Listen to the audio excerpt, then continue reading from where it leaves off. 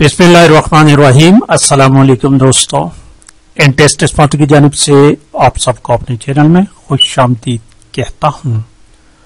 दोस्तों, आज की वीडियो जूनियर क्लर्क का जो मुश्किल मरहला आ रहा है टाइपिंग टेस्ट का 24/12/2022 को जूनियर क्लर्क का जो पेपर हो चुका है ईटा के जरिए हायर एजुकेशन में। पेपर चूंकि इजी था तो इसलिए बहुत सारे दोस्त उनको पास टेस्ट क्वालिफाई कर लेंगे, इसमें कोई शक नहीं। लेकिन इसका मुश्किल मरहला जो है वो टाइपिंग टेस्ट का है। ये बात मैं आपको यकीन के साथ कह सकता हूं। अगर टोटल देखिए 700 कैंडिडेट्स ने टेस्ट क्वालिफाई कर लिया, कितने 700 में, तो ये 700 में से 30 या 40 लड़के ऐसे होंगे जिसको वाकई टाइपिंग आती हो। इनमें से सिर्फ 30 या 40 लड़के ऐसे होंगे जिनको रियली टाइपिंग आती हो। एक तो वैसे है, रियली का मतलब ये है कि उनका स्पीड कम से कम 50 हो। टाइपिंग स्पीड वो दोस्त जिनका टाइपिंग स्पीड कम से कम 50 हो तो 700 में से बमुश्किल आपको 30 या 40 मिलेंगे। अब इस टेस्ट के लिए जो टाइपिंग स्पीड थी वो 30 वर्ड्स पर मिनट रिक्वायर्ड थी, 30 अल्फाज। ये रिक्वायरमेंट है, ठीक है। तो ऐसा नहीं कि अगर आप इस खुशफहमी में हैं कि चलो जी आपका टाइपिंग स्पीड जो है वो 30 अल्फाज पर मिनट है, आपकी सिलेक्शन हो जाएगी, तो ये आपकी गलत फहमी है। ये आपकी गलत फहमी है, क्योंकि आपको कम से कम अपना स्पीड 45 अल्फाज तक लेके जाना है। याद रखिए, कम से कम 45 अल्फाज, 45 वर्ड्स पर मिनट।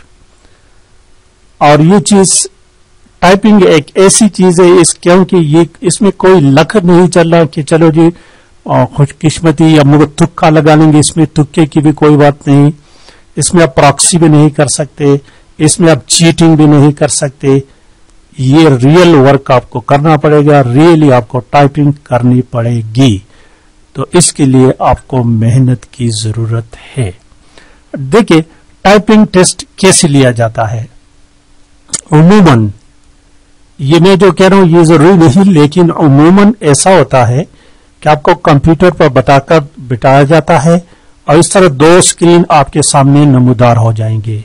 एक स्क्रीन में आपको टेक्स्ट नजर आएगा और दूसरा स्क्रीन जो होगा नीचे वो खाली होगा। तो ये 2 स्क्रीन नहीं बल्कि 2 विंडोज, ये ऊपर वाली विंडो है, नीचे वाली विंडो में।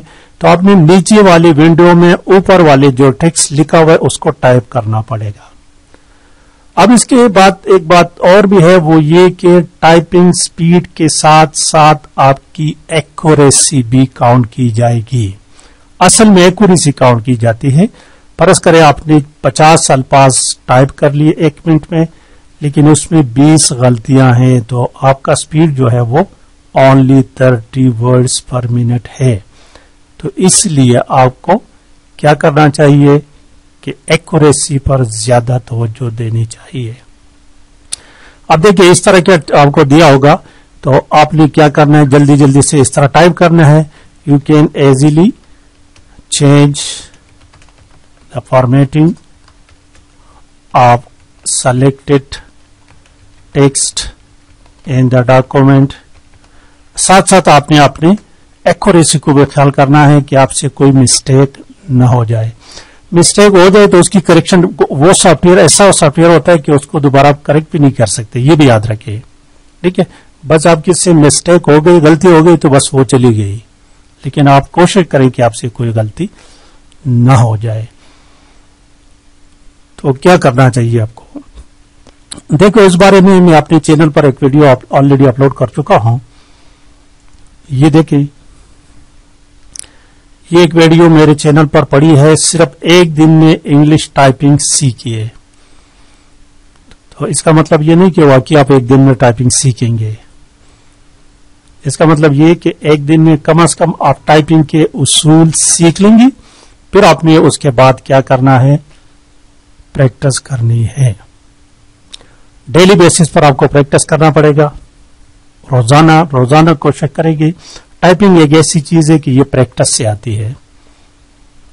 तो इस वीडियो को अगर आप देखोगे तो एक तो आपको कीबोर्ड की लेआउट का पता चल जाएगा, कीबोर्ड्स क्या है, और आपको उनका जो रूल्स है उनका भी पता चल जाएगा, कैसे टाइपिंग करनी है, किस उंगली का कौन से बटन है, कैसे करने, ये तमाम चीजें आपको कम से कम आ जाएगी।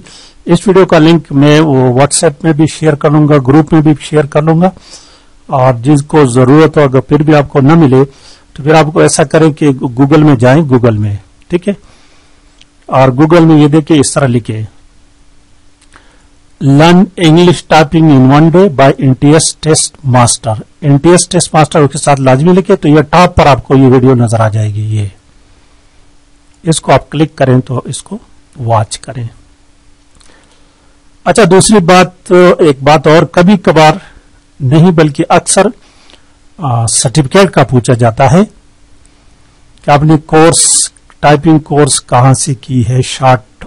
एक तो ये कि आपके पास अगर कंप्यूटर पीसीएस आपने कंप्यूटर किया है, इंटर में आपने कंप्यूटर पढ़ा है, या आपने डीआईटी किया हुआ है तो that is well and good.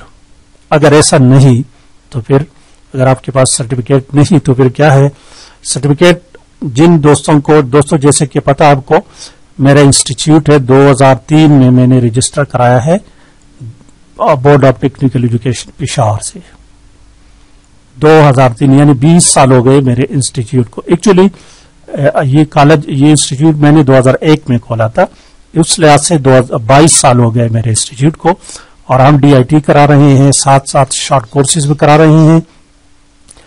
अगर जिन दोस्तों को 6 मंथ का सर्टिफिकेट चाहिए, ठीक है, 6 मंथ सर्टिफिकेट होगा, हम अपनी कॉलेज की तरफ से देते हैं, और ये 6 मंथ सर्टिफिकेट जो होता है, ये इसकी वेरिफिकेशन अगर टेक्निकल बोर्ड से की जाए तो हो सकती है, क्योंकि हमारा institute board of technical education के साथ रजिस्टर है।